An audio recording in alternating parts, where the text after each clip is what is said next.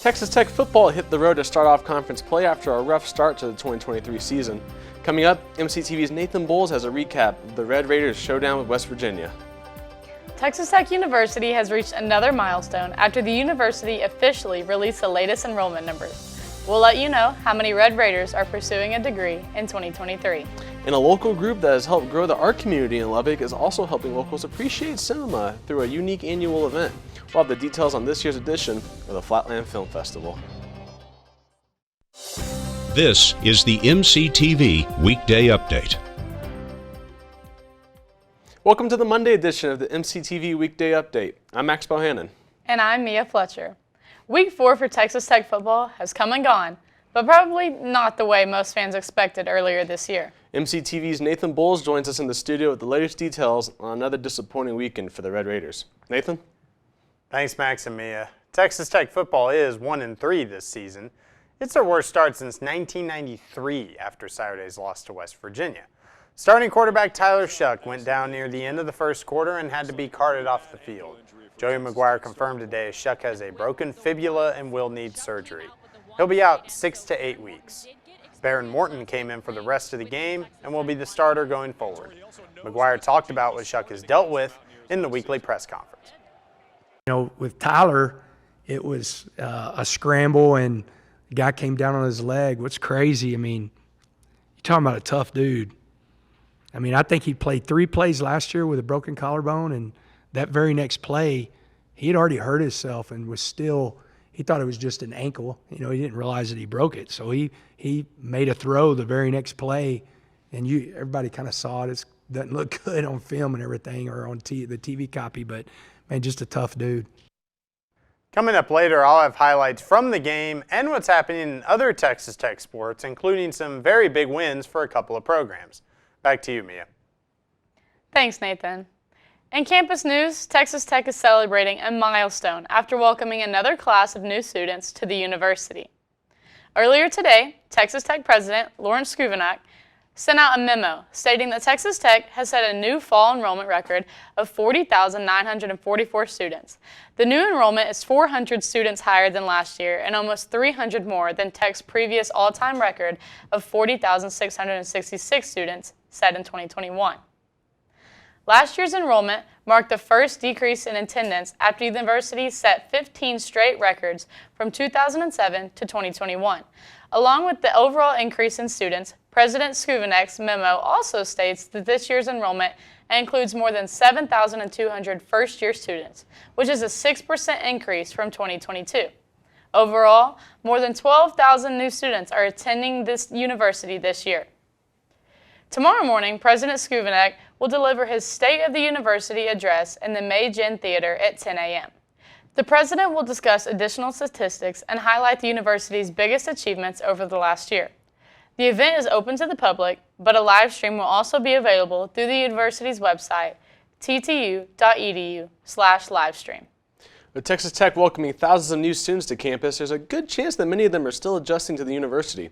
With that in mind, one group held a biannual event to help any Red Raider learn about all the resources Tech has to offer. Last Thursday, the Office of Student Engagement hosted the fall edition of the Texas Tech Expo in the Sub Ballroom. Students could stop by from 11 a.m. to 3 p.m. to take advantage of a one-stop shop featuring representatives from dozens of university departments and groups. Attendees could get information on the many services that are paid for through student fees. This is basically kind of just an expo of all the free resources. We say the free resources that you're already paying for. So, students have fees in addition to their tuition, and those fees cover all sorts of things like tutoring and safety resources and mental and physical health resources. And so we want students to know about all of these great resources that are available to help them be successful both in and out of the classroom. Last week's Texas Tech Expo also featured giveaways, raffles, and lots of free swag. The Tech Expo takes place every year during the fall and spring semesters. With the second full month of the fall semester less than a week away and midterms just around the corner, many students are preparing for one of the most stressful times of the year. And last week, the Student Activities Board used an Asian-inspired activity to bring some positive vibes to hundreds of Red Raiders. Lucky Bamboo took place last Friday outside the Sub.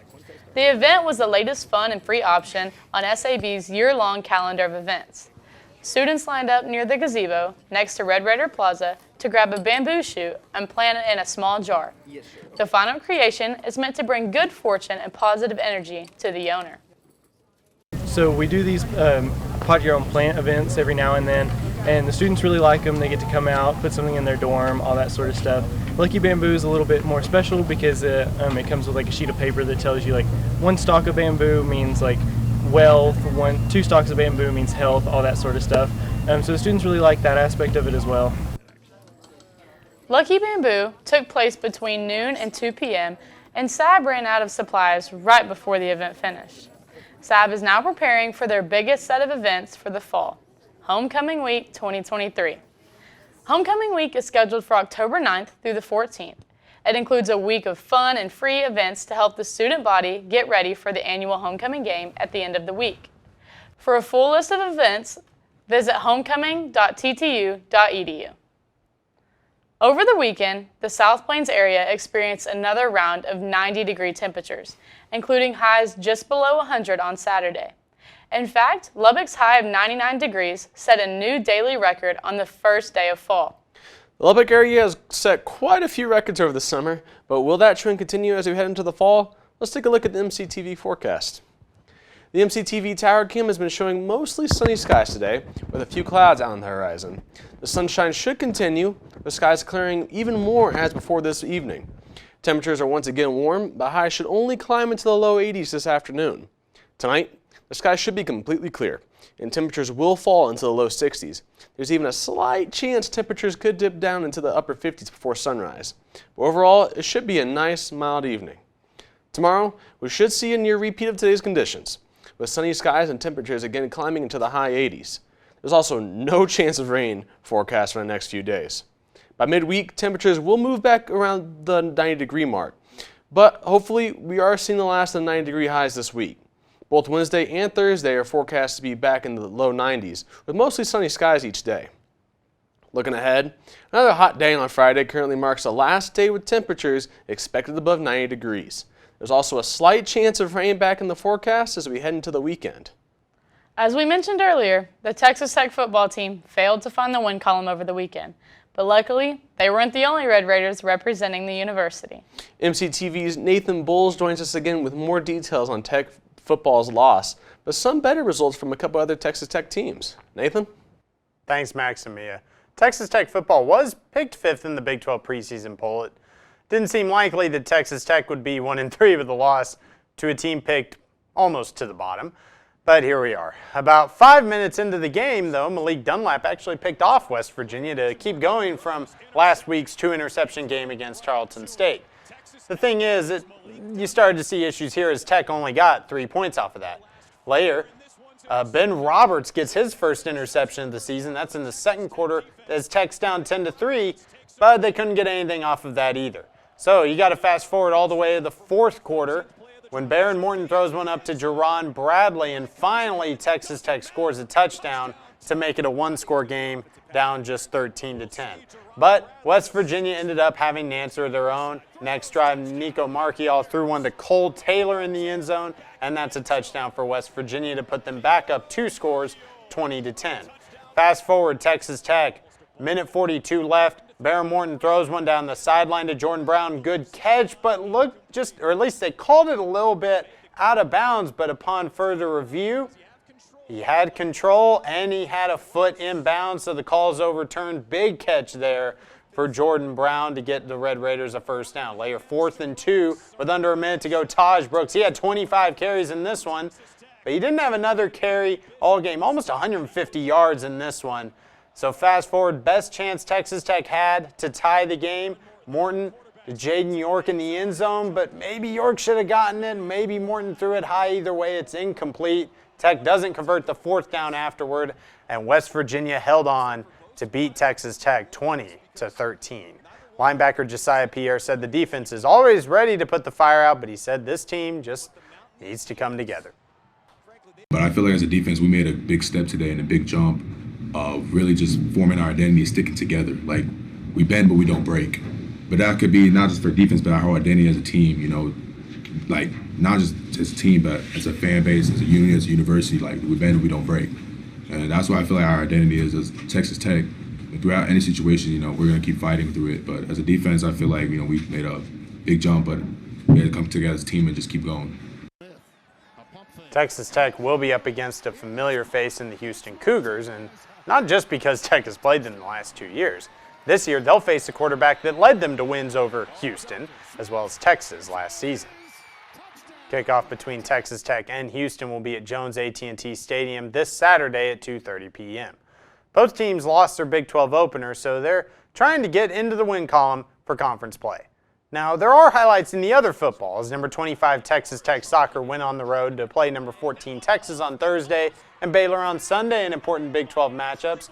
Here early in the first half, Ashley Williams put it in the goal after Alex Kerr had a good shot that just went off the crossbar, but Williams was there to put it in. Tech up 1-0, but late in the first half, Trinity Byers, one of the best players in the country for UT, just ran past everyone. Madison White, the goalie, got a hand on it, but Byers put it in anyway, and Tech and UT tied at 1 apiece. Both teams had great chances at many different points in the game, like this one here. Elise Anderson to Taylor Strzeski, still looking for her first collegiate goal, the redshirt freshman, but put the header just wide. Then later, you actually had a foul. Don't have it pictured here, but had a foul with about 4 seconds to go on Sam Courtright as Tech and UT looked headed for a tie, but that foul ended up setting up this free kick from Macy Blackburn. Hogate in position. Blackburn in front. That one headed into the net. Oh my goodness, Tech has won it. Unreal. With 1 second remaining, the captain, Hannah Anderson, put it in the back of the net, and Texas Tech took down Texas in what will be their final Big 12 regular season game against each other. Here's what Coach Tom Stone said he told his team before that free kick. It's clearly, the only thing I told her was it's got to be scoreable. The service has got to be scoreable. If it goes anywhere else, the clock's going to run out. If it has to get rebounded or knocked down, or if it's short, then there's no time. So it had to be scoreable, and it was. It landed in a place that someone could finish it. And Hannah's one of the best headers in the country, so she gets her noggin on it, flips it up over the keeper, and the rest is, mayhem. They went to Waco to finish the road trip Sunday, having to kind of turn around from that big win on Thursday. And here's Macy Blackburn putting just a perfect cross to Ashley Williams, who puts it in the goal. Texas Tech up 1-0. They were knocking on the door all game before this one, but finally Williams puts this one in. Now early in the second half, Giselle Kazarski, beautiful cross, and who's in the box? Ashley Williams again. Texas Tech goes up 2-0. Williams now 3 goals on the weekend, just a big weekend for her after not scoring in the last few games. Now last 10 minutes of the game, Madison White jumps in front of this cross. She doesn't want to allow another goal, and Texas Tech ends up getting the win 2-0 over Baylor to finish the weekend 2-0 and start 3-0 in Big 12 play for the first time in Texas Tech history. Ashley Williams talked about the team's resilience, especially with the extremely hot, humid conditions they played through Sunday. It was a great win on Texas. We're excited. Yeah, we got to talk about the next day, but we had to flip the switch really quick and just move on because, again, this team is something we know they're going to bring it, and we knew it was going to be hot, but this team just has so much resilience and so much commitment to working for each other, and also our game changers. I mean, man, they came and held the standard and honestly raised it. Williams' 3 goals over the weekend put her up to 12 on the season. She's the Big 12 co-leader in goals. Blackburn's 2 assists, one Thursday and one Sunday, put her second in the Big 12. They'll be back at the John Walker Soccer Complex again Thursday when they play Oklahoma at 7 p.m. Texas Tech volleyball was in an interesting spot with number 17 Kansas down 2-0, but then they also showed some fight. Let's pick it up in the second set. Kansas up 23-13. Tech ends up winning this point, but just look at the defense there from Reagan Burns. It shows you what Tech had to deal with all night, especially in those first 2 sets. Tech gets that point off an Emily Merritt kill, but then on the next point, set it up to Reagan Cooper. She had a fantastic game against her former team in Texas Tech, hitting over 400 with 13 kills as Kansas goes on to win that second set 25-14. But instead of falling apart, Texas Tech actually went on a 12-1 run, including this block here from Kate Anson. 4 blocks and 3 kills early in the set. to lead them to what was eventually a third set win, as this one goes back over from Kansas. Texas Tech up 24-17. They set it up for Emily Merrick to get another kill. She had a great game as well. Fast forward to the fourth set, Texas Tech up 24-21. Set point, Bryn Williams' serve called just a little bit long. Tony Greystone immediately challenges that as Tech doesn't like the call, and they look at it, and as soon as the crowd saw this on the Jumbotron, they knew what was going to happen. It was overturned, and Texas Tech won the fourth. Now in the fifth set, Tech up 12-11, but Kansas, they're 17th in the country for a reason. They weren't going to go away. Caroline Bien gets the kill, and it's tied at 12 apiece. But Texas Tech, now up 14-12, match point, blocks this one over. The attack comes over from Kansas. Maddie Correa, 29 digs on the night. Gets it to Reese Rhodes, who just puts it down. Had 47 assists. That was her second kill, and Tech found a way to come back and pull off the reverse sweep Friday to win in 5 sets. Tech's first-ranked win at the United Supermarkets Arena since November 2012. But unfortunately for the Red Raiders, the first 2 sets actually were better in some ways Saturday, but Kansas hit the gas pedal in the third set this time to avenge the loss and put both teams at 1-1 to start Big 12 play. Friday was still a really important win for Texas Tech, especially as they have a tough Big 12 schedule, including those 2 games, 8 games against 5 different ranked teams. TCU isn't ranked, but they're not a bad team either. Tech will play them in Fort Worth Thursday and Friday. Texas Tech women's golf is hosting their first regular season tournament since 2016. The Red Raider Invitational is going on now at the Rawls course. They're currently playing the second round of the 3-round 54-hole event. 11 teams are participating, and Texas Tech has 8 players, 5 for the team score and 3 as individuals. The second round is ongoing as this is recording. At the last update, Maya Ambrosiak, Libby Fleming, and Clara Hertova as an individual are Tech's 3 best scorers, placing 3rd overall. Tech is leading as a team by 2 strokes. The third and final round at the Rawls course will start at 8:15 tomorrow morning. Well, that's a lot, but it's all for sports. Back to you, Max and Mia. Thanks, Nathan.